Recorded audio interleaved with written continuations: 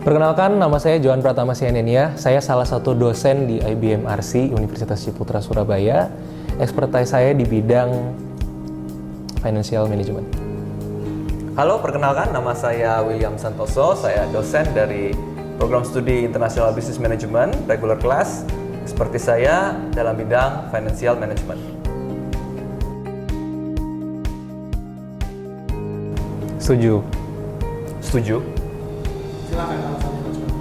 Karena usia yang masih muda, jadi harapan hidup yang masih panjang, sehingga menurut aku disarankan untuk mengambil profil risiko yang lebih agresif. Karena kripto bisa menjadi salah satu instrumen investasi, ya, terlepas dari memang banyaknya pro dan kontra, tetapi tidak ada salahnya jika kita melakukan diversifikasi portofolio kita, salah satunya pada cryptocurrency. Tidak setuju. Oke, silakan, Pak. Karena saham itu memiliki historis yang jauh lebih lama dibandingkan dengan kripto. Kita tidak tahu perubahan teknologi yang terjadi di masa depan, seringkali sangat cepat. Nah, sehingga kita tidak bisa memastikan apakah cryptocurrency ini akan eksis misalkan 20-50 tahun ke depan. Nah, sedangkan saham itu sudah memiliki historis yang jauh lebih lama dibandingkan dengan cryptocurrency, bahkan selisihnya bisa sampai 50 lebih 70 tahun. Sehingga berdasarkan data historis yang kita miliki bahwa saham memiliki kestabilan nilai dan sudah menjadi patokan aset bagi banyak milioner bahkan triliuner di dunia. Tidak setuju. Kenapa? Karena concernnya lebih kepada masih volatile ya.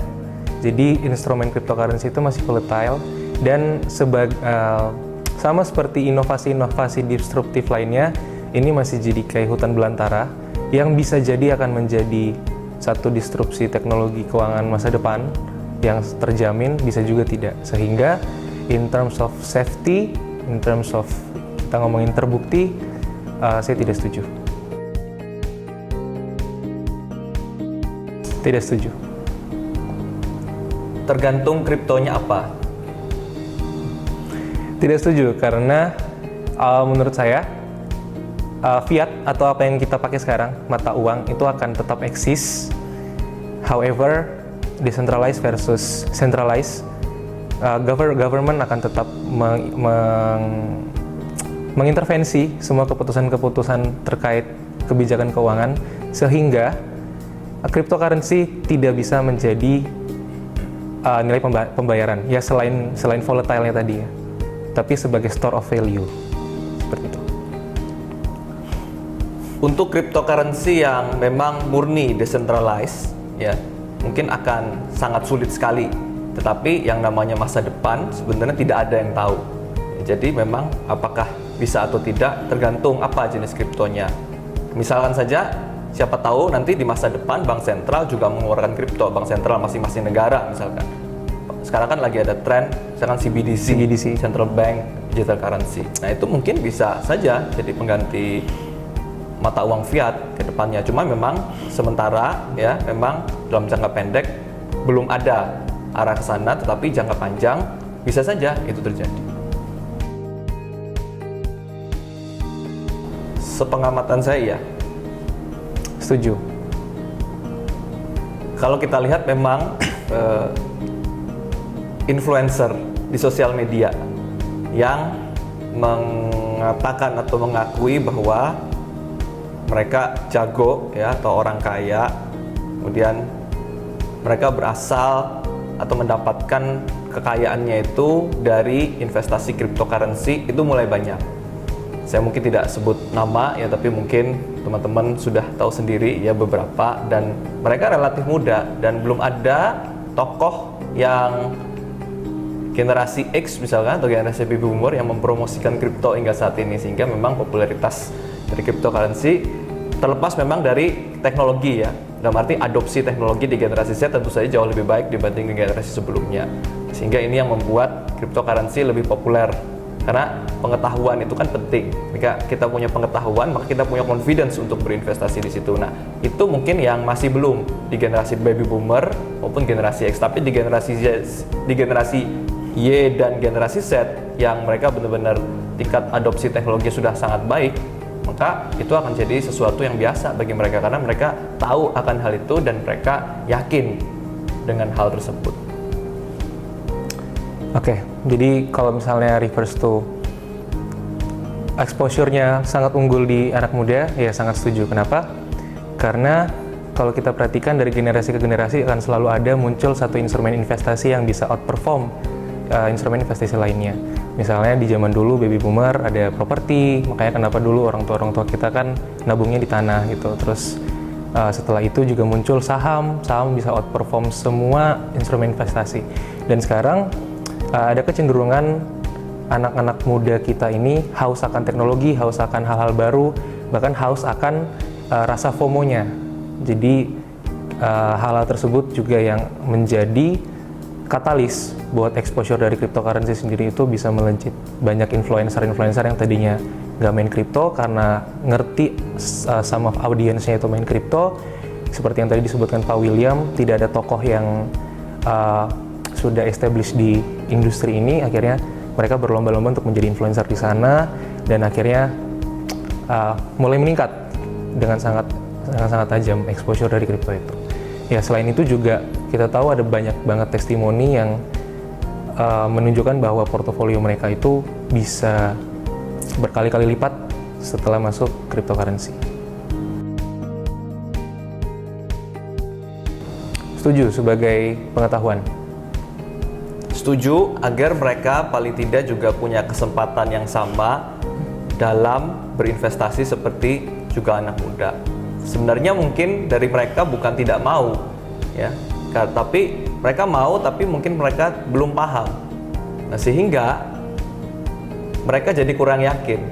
Ketika mereka mau belajar di satu sisi, terutama generasi baby boomer maupun generasi X, mereka kan punya mental block duluan bahwa ini teknologi sepertinya sangat sophisticated dan tidak bisa dipelajari dalam waktu singkat. Dan penjelasannya juga kalau kita lihat di paper-paper kripto, ya, itu kan sangat panjang ya dan berlembar-lembar sehingga ada kesan bahwa ini sesuatu teknologi yang sangat sulit untuk dipahami, ya. Butuh waktu bagi mereka untuk bisa loncat ke tahapan teknologi sampai cryptocurrency karena kan pemahaman atau tingkat adopsi teknologi kan ada tingkat-tingkatnya.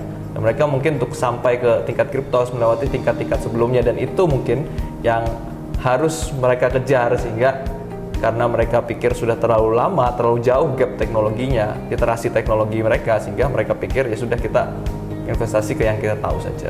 Nah, mungkin anak-anaknya nanti mungkin yang investasi di kripto yang mereka anggap anak-anak mereka yang masih muda yang punya literasi yang jauh lebih baik.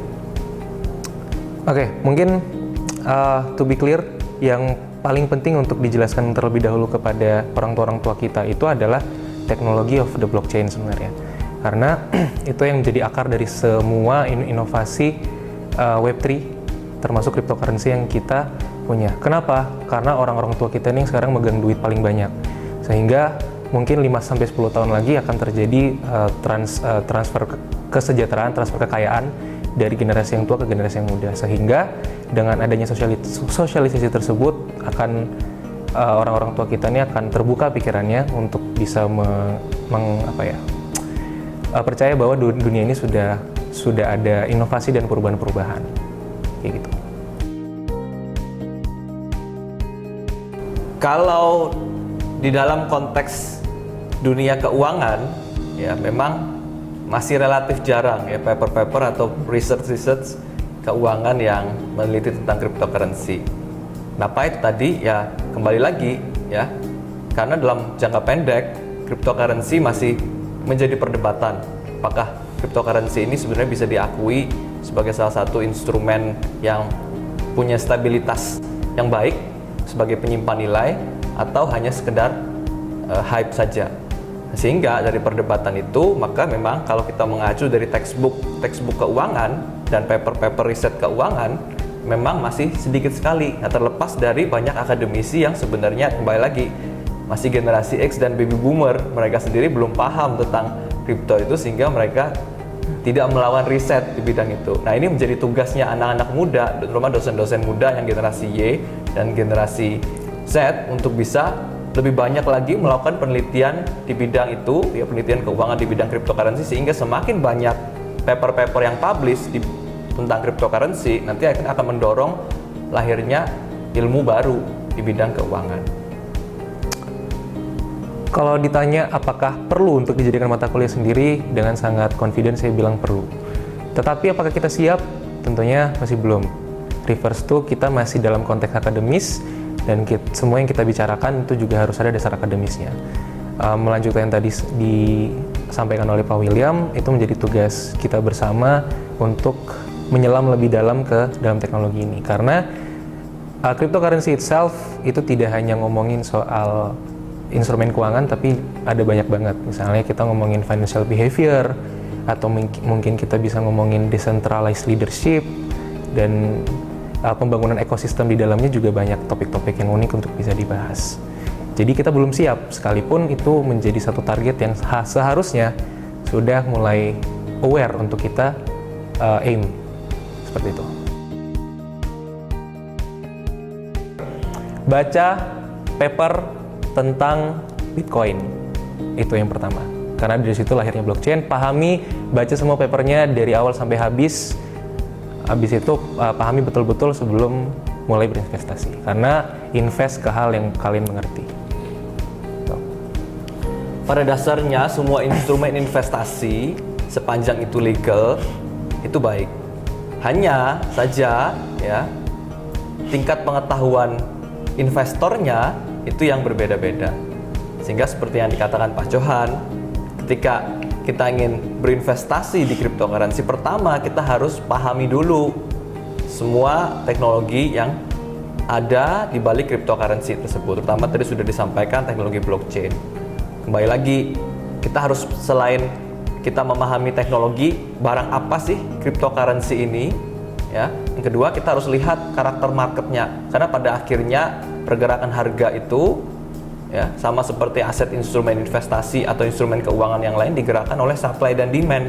Sehingga kita penting untuk mempelajari apa sih yang menggerakkan demand dan supply dari cryptocurrency tersebut, karena cryptocurrency sendiri kan ada bermacam-macam, mungkin ada ribuan sekarang ya Pak Johan ya. Betul. Ada ribuan mungkin cryptocurrency, bahkan lebih banyak jumlahnya dibanding dengan saham, karena kalau saham IPO itu harus melalui persetujuan dari bursa ya, dari regulator, sedangkan ICO ya tidak perlu persetujuan dari regulator untuk bisa ICO, kecuali kalau dia mau terdaftar di exchange.